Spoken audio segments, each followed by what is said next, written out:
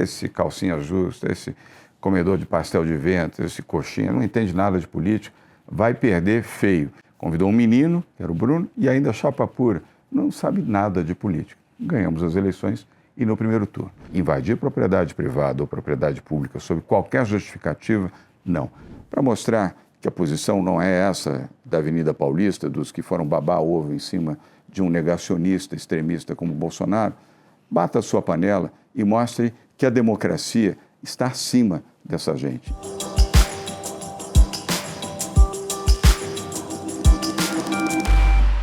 Oi, gente! Como eu sempre digo, a partir de agora, menos emoção e mais razão, a gente continua com o nosso GPS político e dessa vez eu converso com o governador de São Paulo, João Dória.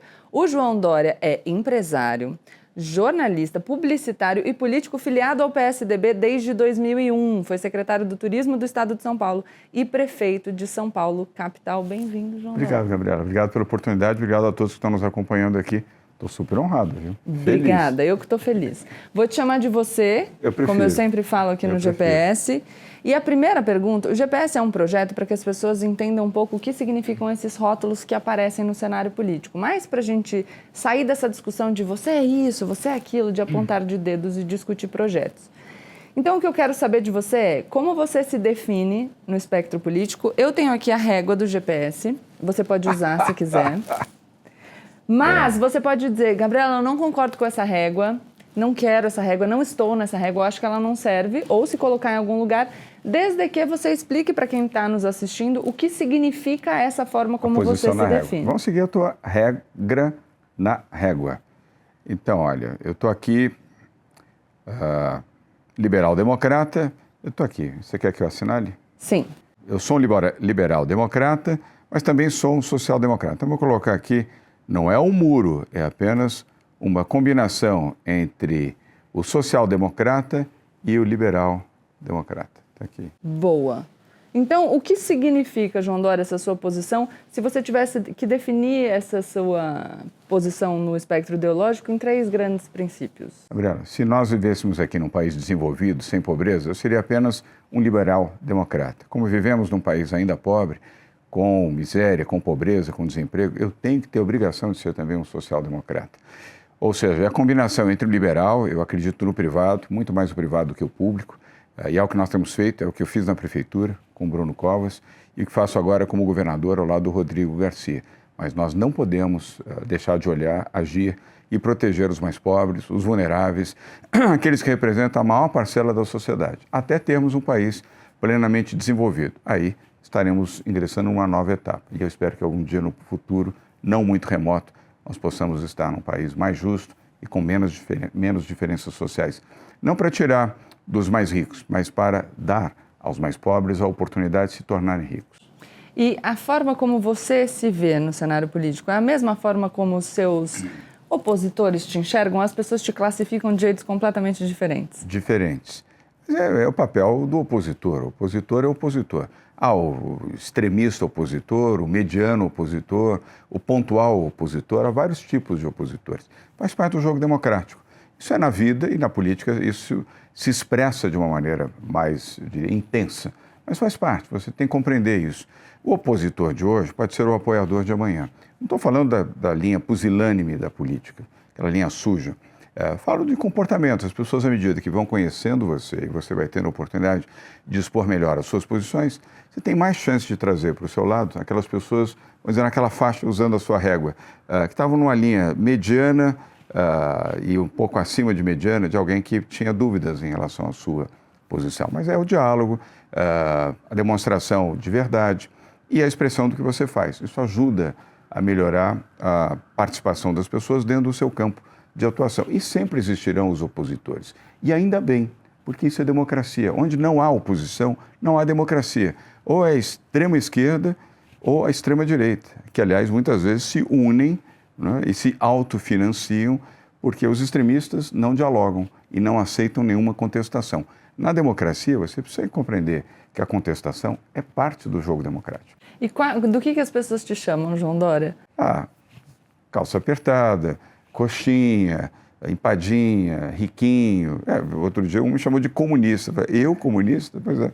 Mas ele gritou, você é o comunista, você quer ser contra o Bolsonaro. Tá bom, se é para ser contra o Bolsonaro e ser comunista, eu falei para ele, tá bom, então essa é novidade para mim. Mas é basicamente isso, são interpretações, algumas bem-humoradas, outras com maldade, mas faz parte do jogo. Eu quero reproduzir para você aqui, e para quem está nos acompanhando, uma outra inverdade. O Lula, em 2016, quando eu disputei a Prefeitura de São Paulo, contra o Lula, contra o Fernando Haddad e contra a Dilma. Dilma era presidente, Fernando Haddad era o prefeito e Lula não estava preso. E fazia campanha aqui em São Paulo todos os dias ao lado do Fernando Haddad. Levantava o braço, esse é o melhor prefeito da história, do século, do universo, da humanidade. E eu fazendo campanha.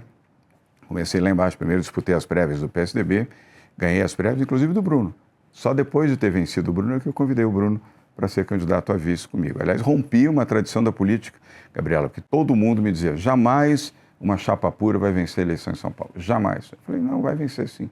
E esse calcinha justa, esse comedor de pastel de vento, esse coxinha, não entende nada de política, vai perder feio. Convidou um menino, que era o Bruno, e ainda chapa pura, não sabe nada de política. Ganhamos as eleições e no primeiro turno. Mas voltando ao Lula. Um dia o Lula faz num palco, eu acho que lá no Instituto Lula, ou em algum lugar semelhante, um ataque violento contra mim. Dizendo, esse João Dória é um coxinha, é um riquinho, nunca trabalhou na vida, não sabe o que é trabalhar, não sabe o que é dar duro. Aquilo me pegou, eu fiquei enfurecido. Me chamar de vagabundo, de alguém que não trabalha, talvez seja o último estágio de alguém que queira me provocar uma reação. Eu fui em casa, peguei a minha carteira de trabalho, minha carteira azul, eu sabia onde ela estava, guardadinha, peguei o meu celular, falei, Lula, aqui, ó, abri a minha carteira de trabalho, você está vendo aqui, Lula? 13 anos, meu registro de trabalho. Desde os 13 anos de idade, Lula, eu faço o que você nunca fez, trabalhar.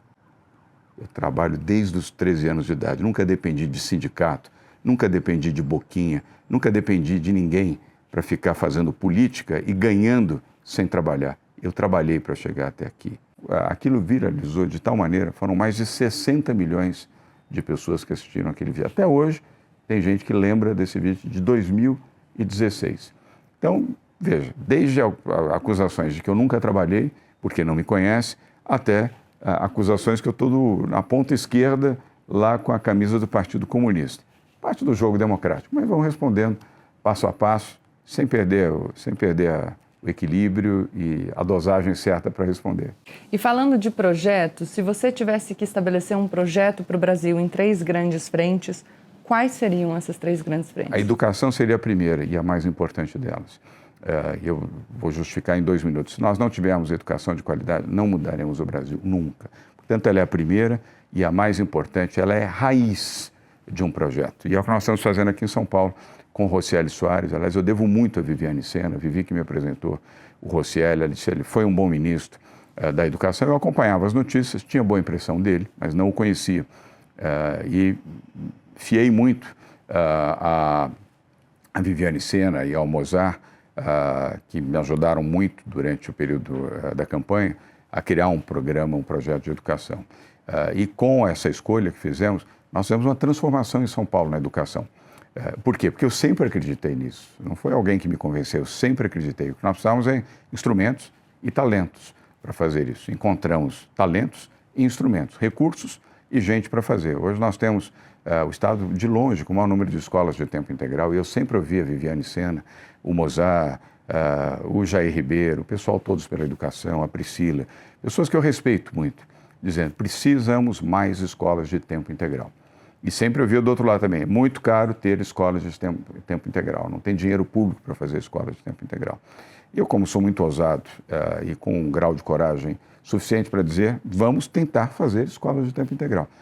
Quando nós assumimos, Gabriela, tínhamos 363 escolas de tempo integral em São Paulo. Eu elogiei o trabalho do Alckmin durante 16 anos. Eu não desqualifiquei nem relativizei, eu disse, parabéns, importante. Mas eu disse, Rocieli, nós precisamos muito mais do que isso. Hoje nós temos 1.878 escolas de tempo integral em São Paulo, 6 vezes mais em 2 anos e meio. Até o fim deste ano, de 2021, serão 2.000 escolas para o ano letivo que começa em fevereiro de 2022. E até o final de 2022, eu já dei o desafio ao Rocieli, também aos nossos secretários, ao Meirelles na Fazenda, ao Baeta Neves, secretário de Orçamento. Eu quero ter em São Paulo 3.000 escolas de tempo integral. Muda a vida das crianças, dos jovens, muda a vida de uma cidade, de um estado, de uma região, muda um país. Então, educação é fundamental. Só para você ter uma ideia, escola de tempo integral, escola digital, não tem papel, não tem quadro negro, não tem lousa, tudo de tablets, computadores, softwares, Wi-Fi, professores que foram reciclados para estarem também dentro do mundo digital. Importante reconhecer o valor dos professores para que eles possam estar dentro desse mundo digital. Dobra o salário do professor, porque ele dá mais aulas, mais tempo de aula, mais salário, e introduzimos a meritocracia também. Professores que não faltam, professores que são frequentes, ganham mais do que aqueles professores que circunstancialmente faltam. E nas escolas de tempo integral estão os professores que querem realmente ensinar, e ensinam no plano digital. Até o inglês. Introduzimos o inglês para todos. O inglês mudou a minha vida, Gabriel. Eu fui estudar nos Estados Unidos, eu não sabia inglês. Fui estudar lá na cara e na coragem. E aprendi inglês na marra. Aliás, eu financei os meus estudos quando eu fui estudar em Georgetown, nos Estados Unidos, na Universidade Católica de Georgetown. E eu sei o que isso fez a diferença na minha vida. Abriu a minha mente, me colocou dentro do mundo global. Imagine para crianças de famílias vulneráveis, de comunidades, poder falar inglês. Muda a vida dessas crianças, desses jovens, na empregabilidade, na capacidade também de aumentar a confiança própria, para serem empreendedores, microempreendedores. Então, nós fizemos o programa Inglês para Todos, dentro do ensino fundamental. Pegamos, inclusive, o patrocínio da Febraban, dos bancos, porque para introduzir isso custava muito. E para fazer o processo dentro das regras da lei 866, que obriga você tem que fazer concorrência, eu falei, isso vai demorar muito. E fui aos bancos privados via Febraban, conseguimos o apoio. Hoje nós temos no ensino fundamental inglês de qualidade. Sabe o que pode representar para uma criança mora numa comunidade, sair do ensino fundamental falando inglês? Outro mundo, é outra vida, é isso que eu quero para o Brasil. Então, educação. Segundo, empregabilidade. É muito fácil de falar. Você me pediu 3 pontos. O segundo é empregabilidade. É fácil falar, o Brasil precisa de emprego, o Brasil precisa de oportunidade, o Brasil precisa de geração de renda. Mas como fazer isso? Aí é a visão liberal. Mais privado e menos público. E foi o que nós fizemos aqui. Primeiro, fechamos 10 estatais. Foi duro a negociação com a Assembleia Legislativa. Foi duro reduzir o tamanho do Estado aqui. Sofri e apanhei bastante. Você acompanhou, certamente os que nos assistem aqui, também tirar privilégios, reduzir, diminuir, eliminar, fechar, traz reações. Né? Sindicatos, corporações, pessoas ou empresas, instituições que tinham privilégios, pelo menos na nossa visão, não estou acusando ninguém, mas diminuímos. E o que fizemos também, fomos buscar na desestatização e no capital externo 2 vetores para gerar empregos. Então, São Paulo foi 9 vezes a Bolsa de Valores. Leiloamos linhas de metrô, linhas da CPTM, que são as linhas de trem, rodovias, 22 aeroportos regionais e 8 parques. Parques, às vezes parques. Você soma 1, soma 2, soma 3, soma 4, soma 8, você está gastando 300 milhões por ano. Você podia estar investindo em educação, você está cuidando de fazer manutenção de parque. O setor privado pode fazer isso. E o parque aberto, liberado, acesso gratuito, evidentemente, para todos e com muito mais qualidade. Fizemos isso no Ibirapuera. E foi na gestão do Bruno Covas, porque começou na nossa gestão o Ibirapuera, o Pacaembu, tudo aquilo. Agora, até tenho cobrado o nosso Ricardo Nunes, prefeito, falava, olha os cemitérios, serviço funerário, tudo em mãos privadas. Então, quando você faz isso, ingressa recurso. Onde você põe recurso, gera emprego e gera renda. Fator 1. Fator 2. Fiz uma programação junto com o Henrique Meirelles, nosso secretário da Fazenda. Esse é outro ponto importante. Escolha colaboradores capazes, gente igual ou, se possível, melhor do que você. Porque aí você melhora a qualidade do time e não fica o autoritarismo de alguém que fala e todos que obedecem. Estilo Bolsonaro. Tem muitos que falam e muitos que agem conjuntamente. É um bom caminho. Aprendi isso no setor privado, tenho feito isso no setor público. Então, junto com o Meirelles e a Patrícia Ellen, que você conhece, fomos rodar o mundo, fomos buscar investidores. no Fórum Econômico de Davos. Eu tenho o privilégio de ser lá. Davos você só vai se for convidado. Lá não bate na porta e entra, não. E lá, desde 2019, eu tenho participado, junto com a Patrícia, junto com o Meirelles, e de lá também abrindo o espectro para investimentos. Nós já trouxemos para São Paulo 45 bilhões de reais de investimentos já consolidados, fora o que tem para consolidar ainda. Cada bilhão de reais que você coloca aqui tem um volume de empregos gerados enorme. Emprego, renda, circulação na economia, ativação econômica, portanto, empregabilidade. Sem contar a atividade empreendedora também, que gera emprego. Primeiro para aquela pessoa que estava desempregada, ou que era um empregado e agora passa a ser empreendedor e tem mais 1, 2, 3, 4, 5 empregados. Então, o segundo ponto é empregabilidade. Terceiro ponto, saúde. Sem saúde você não consegue ter uma nação em condições de produtividade, em condições de ir à escola, em condições de pais, mães, avós, crianças e jovens terem uma condição adequada de saúde. E aí a social-democracia também, como é na educação. Você não pode imaginar ter saúde pública diferente do SUS, Sistema Único de Saúde. É uma das poucas coisas, Gabriela, que o Brasil é referência mundial, é o SUS. Mas eu quero o SUS, eu desejo que o SUS seja fortalecido, mais capilarizado, como é em São Paulo. E é uma conquista histórica de São Paulo. Não estou dizendo que fomos nós que fizemos, nós aprimoramos, mas isso já vem de 4 décadas aqui em São Paulo. Aliás, dessas 4 décadas, 33 anos de gestões do PSDB. Boas gestões na área de saúde. O que nós fizemos foi ampliar, face inclusive uma pandemia que nós tivemos que enfrentar. Então, hoje, São Paulo, para dar um exemplo também concreto, tínhamos 3.200 leitos de UTI. Hoje temos 7.800 leitos de UTI. Tem mais leitos de UTI em São Paulo do que na Espanha.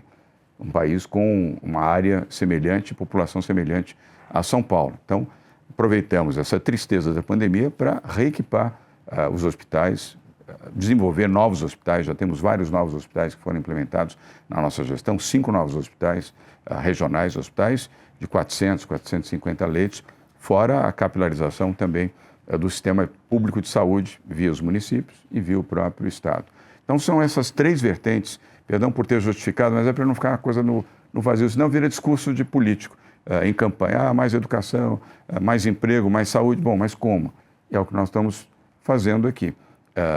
De forma criativa, aí terminando o tema da saúde. Corujão da Saúde. Eu fiz essa experiência na prefeitura, quando nós convidamos os hospitais privados para fazerem os exames. Tinha 500 mil de pessoas esperando para fazer exames na capital de São Paulo. 500 mil. Perguntei para o secretário de saúde na época, quando vai terminar isso? Ele falou, na sua gestão não vai terminar. Ué, e nós vamos conviver com isso, achando que isso é paisagem? As pessoas vão ficar sem exame, você não tem diagnóstico, sem diagnóstico, você não tem tratamento. As pessoas o quê? Quem não faz o exame e não tem diagnóstico, morre. Se for grave, eu falei, negativo. Nós vamos fazer uma outra proposta. Chamei os hospitais privados, eu tinha uma boa relação com eles, chamei todos os principais hospitais privados e disse, olha, vocês à noite, eu sei, todos os seus centros de diagnósticos, do Einstein, do Sírio-Libanês, da Beneficência Portuguesa, do Santa Catarina, do São Luís, a ocupação, o uso mínimo, só em caso de emergência, mas está tudo lá. Os equipamentos estão lá, imobilizados e já pagos, os profissionais estão lá, o hospital não pode dizer, olha, de noite eu não trabalho. A luz, o ar-condicionado, melhor para vocês não seria ter tabela SUS e volume, porque vocês vão ter dinheiro para diminuir o prejuízo que é operar das 7 da noite até as 7 da manhã, praticamente sem ninguém, e atender as pessoas que têm o SUS. O Estado paga a tabela SUS, não paga a tabela da AMIL, a tabela da Sul América ou a tabela do Porto Seguro. E aí convencemos 1, 2, 3, aí a partir do terceiro todo mundo topou. E por isso que ficou Corujão da Saúde, porque é de noite. Então pessoas simples vão aos hospitais privados, Einstein, Sírio, Beneficência, Oswaldo Cruz, os melhores hospitais do Brasil. São Paulo tem uma rede hospitalar muito sólida para fazer os exames. E aí passamos a fazer também cirurgias. Pela mesma razão. Dificilmente você vai conhecer alguém que tenha feito cirurgia de noite, exceto se for uma situação de emergência. Fora disso, a cirurgia é sempre de manhã, 6 horas da manhã, 7 horas da manhã. Depois que acontece com o centro cirúrgico? Vazio. Mas está lá o centro cirúrgico, os equipamentos estão lá, já foram pagos. Então o Corujão permitiu também uma visão criativa de como o setor privado pode contribuir com a área pública e ser remunerado da mesma maneira. Então, saúde, educação e empregabilidade. É isso que pode mudar o Brasil. E a desigualdade é um problema a ser enfrentado? E se sim, o que é mais importante? A desigualdade de oportunidades, ou a desigualdade no ponto de partida, ou a desigualdade no ponto de chegada? Os dois. Mas no ponto de partida é mais grave, que é onde você pode buscar melhores soluções. Mas a grandeza dessa dimensão de desigualdade no Brasil é assustadora, é muito triste. Nós temos hoje praticamente 30 milhões de brasileiros em situação de vulnerabilidade, em diferentes graus. Média, alta, ou seja, em situação de pobreza, de desemprego, pobreza e extrema pobreza. 30 milhões. Enfim, é uma nação. 30 milhões é uma nação. Você põe o Uruguai, tem 3 milhões de habitantes, é 10 vezes o Uruguai de pessoas fragilizadas. Então, temos que ter uma visão através da educação, da saúde e da empregabilidade, mas tem também que ter uma visão de proteção social. Você não pode dizer para essas pessoas, olha, espera aí, que eu vou resolver o problema da educação, mas você vai fazer 8 anos, depois está resolvido o seu problema.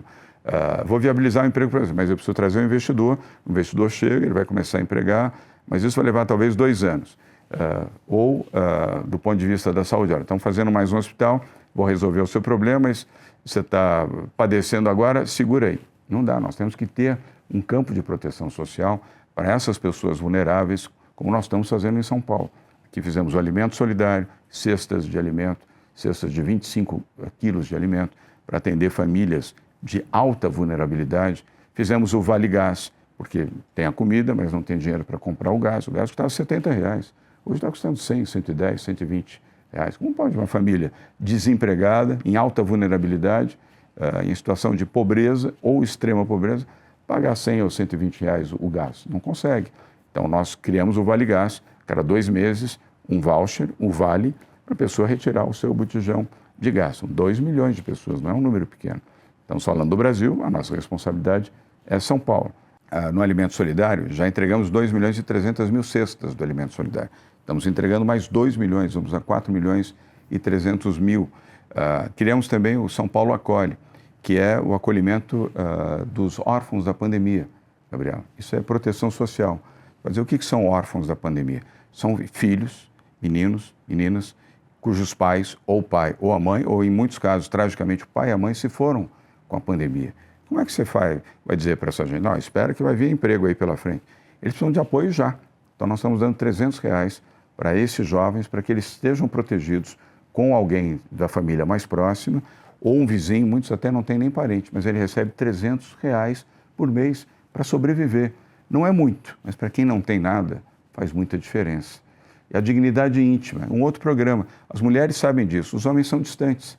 Mas como nós temos muitas mulheres no nosso governo, elas nos disseram, por que as meninas estão faltando à escola? Por que elas não vão à escola em períodos letivos, em uma semana, com frequência todos os meses? Porque no período do ciclo menstrual, elas têm vergonha de ir para a escola, porque não tem dinheiro para comprar um absorvente. Não tem, isso é falta de dignidade. Então, hoje, nós estamos investindo e ela recebe em casa o pacote com o absorvente, para que ela possa ir para a escola sem a vergonha e a essa razão que a impede de ir, porque ela não tem absorvente. Hoje, a Bia, minha mulher, hoje, quando nós estamos gravando o programa com você, Bia, minha mulher, está distribuindo em áreas carentes aqui da cidade. Você sabe o quê? Pode parecer uma coisa pequena, não é. Calcinha para as meninas e cueca para pessoas em situação de rua e para meninas em situação de rua, meninas e mulheres, e também pessoas de famílias vulneráveis. Porque nós, homens, somos distantes disso, mas sem a calcinha, sem a peça íntima, a mulher não pode usar o absorvente. Então, isso fruto do diálogo, do entendimento. Então, fiz um apelo para a indústria. São Paulo tem uma indústria poderosa de lingeries. Falei com o sindicato, com a associação. A vantagem de você ter credibilidade e ter amigos. Falei, como é que eu vou justificar? Eu tenho dificuldade para justificar o orçamento para comprar calcinha e cueca. Imagina, esses malucos que estão por aí vão me atirar pedra e bala com metralhadora, usando dinheiro público para isso. Teria toda a justificativa. Mas eu preferi fazer o caminho mais curto, que foi pedir para o setor privado. E eles deram e ofereceram. Então, este campo de proteção social é que o Brasil precisa ter. E para isso, você precisa ter credibilidade, capacidade para fazer e se cercar de gente boa. A Patrícia N., a Regina Esteves, a Bia, minha esposa, e a Célia Parnes, 4 mulheres criaram o Comitê Empresarial Solidário.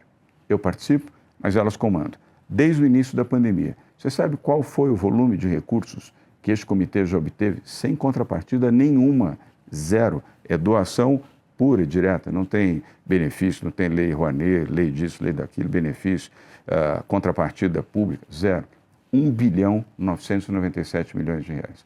1.997 bilhões de reais. Aí estão, por exemplo, os absorventes que foram doados, aí estão calcinhas, cuecas, roupas íntimas para as pessoas que precisam.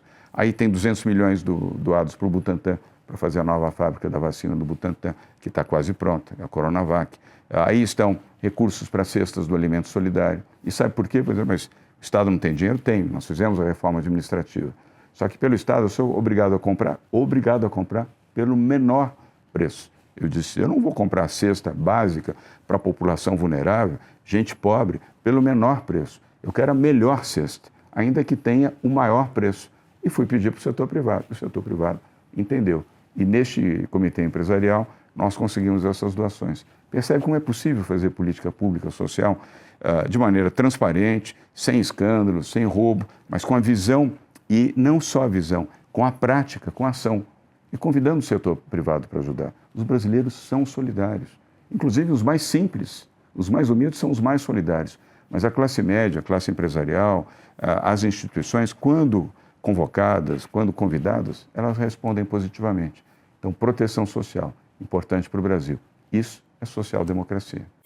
Eu vou me permitir sair um pouco do script para fazer uma observação. Quando o governador João Dória estava falando sobre os órfãos da pandemia, o meu olho marejou e eu me emocionei, porque a gente vive num país em que tem gente fazendo piada com a situação trágica que a gente viveu. Então, acho que é importante a gente pontuar isso, que, enfim, é triste, mas como eu digo, é um episódio na história do Brasil, que eu espero muito que seja breve e esteja próximo de acabar. Continuando, a iniciativa privada é sempre uma melhor gestora que o Estado, ou existem situações em que o Estado pode se mostrar como um melhor gestor? A segunda opção. Porque para saúde, educação, proteção social e segurança pública é o Estado, não é o setor privado. Tem que ter a força reguladora, a força investidora e a força motivadora do Estado. Você pode ter o setor privado ajudando. Eu viabilizei câmeras, viabilizei drones, viabilizei softwares, treinamento para segurança pública. Mas quem tem que fazer segurança pública é o Estado. Isso é dever do Estado. Viabilizei também doações para a educação e para a saúde, e até a coparticipação do setor privado em várias iniciativas. Mas quem tem que ser o gestor disso, o regulador, é o Estado. Então, essa é a função do Estado, principalmente em saúde, habitação social, educação, segurança pública. Não é só, mas nessas principalmente. Todos os demais setores, aí inverte. O principal é o setor privado, para a cultura, para o esporte, para o lazer, até mesmo para a proteção ambiental, que é um tema importante também que nós não falamos. Você tem que ter políticas públicas para isso. Mas quem tem que ajudar na ponta é o setor privado, é o agronegócio. Você não pode fazer uma intervenção estatal no agro, você não pode fazer uma intervenção estatal nos estados. Você tem que ter políticas públicas para o meio ambiente, mas a participação da sociedade civil. E a sociedade civil está do lado privado. Então, são os dois campos, mas naquilo que é o Estado, a função é do Estado. E como é que ele financia isso? Saindo de onde ele não é necessário, de onde o setor privado, como você colocou, produz, realiza melhor do que o Estado. E gera mais empregos e com melhores salários, inclusive. E quando você fala em justiça social, até que ponto a gente interfere na propriedade privada? De nenhuma forma. De nenhuma forma. Não há nenhuma justificativa, sob o ponto de vista de justiça social, para você invadir e violentar o direito à propriedade privada.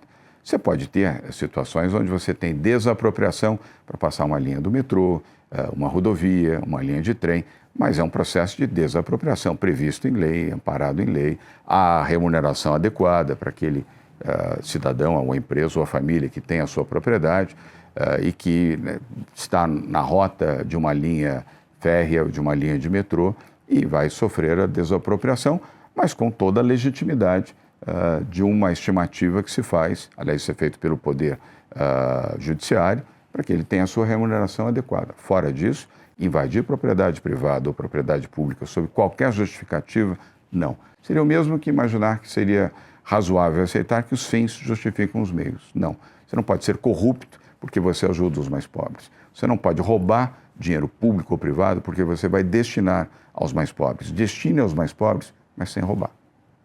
E o que você pensa do Estado como um incentivador da iniciativa privada por meio de créditos subsidiados e isenções fiscais, por exemplo? Tem que olhar, caso a caso, região por região. É um tema que não dá para ter uma solução ou uma visão única. Não é um tema pasteurizado. Você tem que ter o olhar específico. E por quê? Não quero alongar na resposta, mas se você vai para regiões muito pobres, muito carentes, você tem que criar para essas regiões programas de incentivo para o trabalho. Não é programa de incentivo para a pessoa receber dinheiro e ficar em casa. Nós estamos fazendo isso aqui no Vale do Ribeira, uma região pobre do estado de São Paulo. Agora menos pobre, que há 2 anos e meio começamos o programa O Vale do Futuro. Era o menor IDH de São Paulo, equivalente às áreas muito pobres do Nordeste. Nós fizemos um programa de saúde, de habitação, de investimento em infraestruturas, rodovias vicinais, rodovias, também na área litorânea, e de recuperação ambiental para estimular o turismo, a produção do agronegócio, ciência e tecnologia e vocações específicas para a economia local. Deu um salto o IDH em 2 anos. Em 2 anos. Imagine daqui a 3 anos, 4 anos. Por quê? Era sempre a visão, ali não adianta, ou então manda um dinheirinho aqui, manda o prefeito lá. Não, nós fizemos um projeto estruturante para essa região do Vale do Ribeira, repito, agora chamado Vale do Futuro. Então, isso é uma visão onde foi preciso estabelecer ali alguns incentivos e uma participação com os prefeitos. Ter o olhar capilarizado e diferenciado. Não é necessariamente o mesmo olhar para tudo. E a gente vive hoje uma discussão que coloca na balança a responsabilidade social e a responsabilidade fiscal. Então, de um lado, o pessoal dizendo, não existe responsabilidade fiscal sem justiça social, e de outro, não existe justiça social sem responsabilidade fiscal. Quero saber a sua opinião sobre essa balança. Você tem que ter as duas responsabilidades. Você não pode desobedecer a responsabilidade fiscal em nome de uma responsabilidade social. Não justifica. Você tem que ter a visão social, tem que ter a responsabilidade e a ação social. Mas isso não justifica. Vou romper teto de gastos, vou gastar mais do que arrecada. Você quebra o país, quebra um estado, quebra uma cidade, ainda que você tenha a justificativa, não, eu vou tirar dinheiro do orçamento para destinar aos mais vulneráveis. Mas você tem dinheiro para fazer isso, cria oportunidade para que você tenha recursos, equilíbrio fiscal e faça as políticas sociais. E agora vamos para a parte do GPS em que a gente fala sobre diálogo, uma coisa que está difícil aqui no Brasil, hoje em né? dia, difícil. Você tem interlocutores de fora do seu campo político que você considera leais e bem-intencionados, com quem você tem um diálogo, consegue conversar sobre os temas importantes? Sim.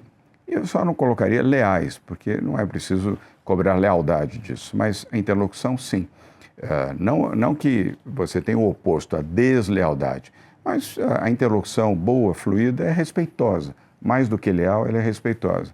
Então, eu dialogo bem com a esquerda, dialogo bem com a direita, com centro-esquerda, centro-direita, com os de centro, onde eu me incluo nesse campo liberal-democrático, nesse campo social-democrático liberal, mas dialogo bem com vários expoentes da esquerda e da direita. Onde eu não dialogo bem? Com os que não querem dialogar. Os extremistas, eles não gostam de dialogar. O extremista gosta de impor, gosta de mandar, não gosta de dialogar. E a gente tem falado muito dessa terceira via, né, e de eventualmente uma frente ampla para as eleições de 2022. Como você enxerga a formação dessa frente ampla? Se você aceitaria compor uma frente ampla com pessoas que não pensam exatamente como você e se você aceitaria abrir mão do seu protagonismo em prol de um projeto pelo Brasil? Pelo Brasil, sim. E a frente ampla, por ser ampla, você tem que ter a capacidade de compreender que vários sentimentos devem ser assambarcados, devem ser colocados dentro dessa grande avenida do chamado eixo central, liberal, democrático ou social-democrático. Tem que ter essa visão coletiva, não é projeto individual. Projeto individual não vai funcionar. Projeto individual você vai ficar muito mais próximo dos extremos. Você tem que ter um projeto liberal, múltiplo, plural e não individual. Então essa é a minha visão. Eu amo o Brasil, eu estou na vida pública porque eu amo o meu país. Senão eu continuaria no setor privado. Gabriel, eu comecei com muita dificuldade, eu diria muito próximo da pobreza, com minha mãe, e por isso que eu comecei a trabalhar aos 13 anos. Eu fui trabalhar durante o dia, estudava à noite numa escola pública, estudei numa escola pública estadual aqui em São Paulo, no período em que meu pai estava no exílio. foi caçado pelo golpe militar, foi exilado. Se voltasse, ele seria preso. E minha mãe ficou aqui, solitária. Nós fomos para o exílio também, ficamos 2 anos, depois voltamos para cá. Então, eu tenho essa compreensão social pela experiência que eu mesmo vivi. Eu não comi carne. Durante 3 anos da minha vida, eu não comi carne, não sabia que era comer carne. Não tinha dinheiro para comprar carne. Quando muito, uma salsicha. E olhe lá, era arroz, feijão e ovo, arroz e feijão. E aí, se deixasse um pingo de feijão, um pingo de arroz, minha mãe dava bronca, com razão, tudo era muito medido. Então, isso também serviu de aprendizado para mim. Eu vim para a vida pública para ajudar. Eu sequer ganho salário, eu devolvo meu salário para o Fundo Social, no caso do governo do Estado, e enquanto estava na Prefeitura, para a Secretaria de Promoção Social. Porque eu enriqueci trabalhando, não tenho necessidade disso, não vivo disso, não preciso disso. Não quero dizer, não quero usar essa expressão, bom, logo não preciso roubar. Eu não preciso roubar por princípio, por índole, não é porque eu tenho dinheiro. Mas também me dá muita tranquilidade. Eu não me venho fazer ofertas indecentes, porque não vai nem para a segunda frase. Como eu não quero e não preciso, todo mundo conhece a minha índole, então isso já me dá um distanciamento dessas pessoas que acham que todo político é corrupto, todo político tem seu preço. Eu não tenho preço. Eu pratico transparência na vida pública e amo o meu país. Eu podia estar vivendo fora, com a Bia, minha esposa, com os meus filhos. Eu tenho casa fora do Brasil, declarado no imposto de renda, então estou falando aqui para você. Aliás, já viraram minha vida de ponta cabeça 10 vezes nas 2 últimas eleições, em 2016 e 2018. Vão virar de novo agora em 2022. Mas eu amo o Brasil, eu gosto do Brasil. Gosto de São Paulo, gosto da Bahia, sou filho de baiano, então eu tenho um vínculo forte com a Bahia, que é a terra do meu pai, já falecido, minha mãe também é falecida. Então eu quero ajudar o Brasil. Ajudar o Brasil é ajudar o Brasil, não é ajudar a si próprio, não é projeto pessoal, é projeto pelo Brasil. E para a gente encerrar o GPS Político, um recado para quem te assistiu, concordou com essas ideias, ou para quem assistiu e não concordou, mas enfim, para a gente incentivar essa discussão que dentro da democracia é o que faz a gente progredir. Se não concordou, o meu respeito também. De novo, esse é o princípio democrático. Você pode concordar, pode discordar. O que você não pode é deixar de dialogar. Aí você está no campo da falta da democracia. Então, dialogar, conversar, entrevistar, interagir. Quem está assistindo, toma a sua decisão. Olha, gostei ou não gostei. Se não gostou, eu respeito também. E se você gostou, ótimo. Eu fico feliz também. Uma demonstração de incentivo para o caminho que nós adotamos e o caminho que nós vamos continuar a adotar. Mas eu vou dar tomar a liberdade de dar uma sugestão para os 2 campos, de quem gostou e de quem não gostou. Você vive no Brasil. Proteja o seu país, proteja a democracia. Nós vamos ter um mês de setembro, Gabriela, muito tenso no Brasil, extremamente tenso. Nós não podemos regredir mais do que já regredimos. Então, se você está acompanhando a Gabriela, é porque você é um democrata. Senão você não assistiria nem acompanharia você. Você estaria num outro campo, muito distante deste aqui. E se você está, defenda a democracia. Como fazer isso? Primeiro, se posicionando. Use as suas redes sociais. Se você puder, escreva, se você tiver veículos de comunicação, dê entrevistas, fale, reúne aos seus amigos, seus familiares, seus vizinhos, na sua comunidade, no seu clube, no seu campo de atuação, no seu trabalho e defenda o Brasil. A única coisa que nós não podemos fazer agora é silenciar. Quem silencia indiretamente e involuntariamente acaba ficando do lado dos extremistas, que não querem democracia no Brasil. Então não é hora de silenciar, é hora de nós nos manifestarmos. Ainda que você saia à janela no dia 7 de setembro, enquanto alguns estão ali aplaudindo o Bolsonaro, um fascínora e um negacionista, bata na panela da sua casa e demonstre que você não faz parte desse grupo. Só esse gesto já é uma manifestação. Se você faz, combina com a sua vizinha, no prédio, no andar de baixo, no andar de cima, outras pessoas, olha, hoje à noite, em 7 de setembro, para mostrar que a posição não é essa da Avenida Paulista, dos que foram babar ovo em cima de um negacionista extremista como Bolsonaro, bata a sua panela e mostre que a democracia está acima dessa gente e que o Brasil está acima de Bolsonaro. Aliás, nesse caso, está acima de Lula e de Bolsonaro. E para a gente encerrar, a frase de responsabilidade toda minha, sempre se lembrem quando vocês avaliarem as manifestações do 7 de setembro que estão fazendo caravana para vir todo mundo para São Paulo, né? Porque se elas estivessem dispersas por todo o país, a representatividade seria muito menor. Então, só para vocês se lembrarem de avaliar, sabendo exatamente o que aconteceu. Esse foi o GPS Político com o governador de São Paulo, João Dória. Obrigada. Obrigado, Gabriela. Obrigado a vocês também. Muito obrigado. Obrigado a todos que estão nos acompanhando e a você pela sensibilidade e por esse espírito patriótico que você tem. Isto é o verdadeiro patriotismo. Obrigada. E vocês já sabem, se inscrevam no canal, compartilhem esse vídeo com os seus amigos, com quem vocês acham que já concorda com o governador João Dória, principalmente com quem vocês sabem que ainda não concorda ou que vão continuar sem concordar. O importante é que a gente consiga dialogar, tá bom? Tchau, tchau.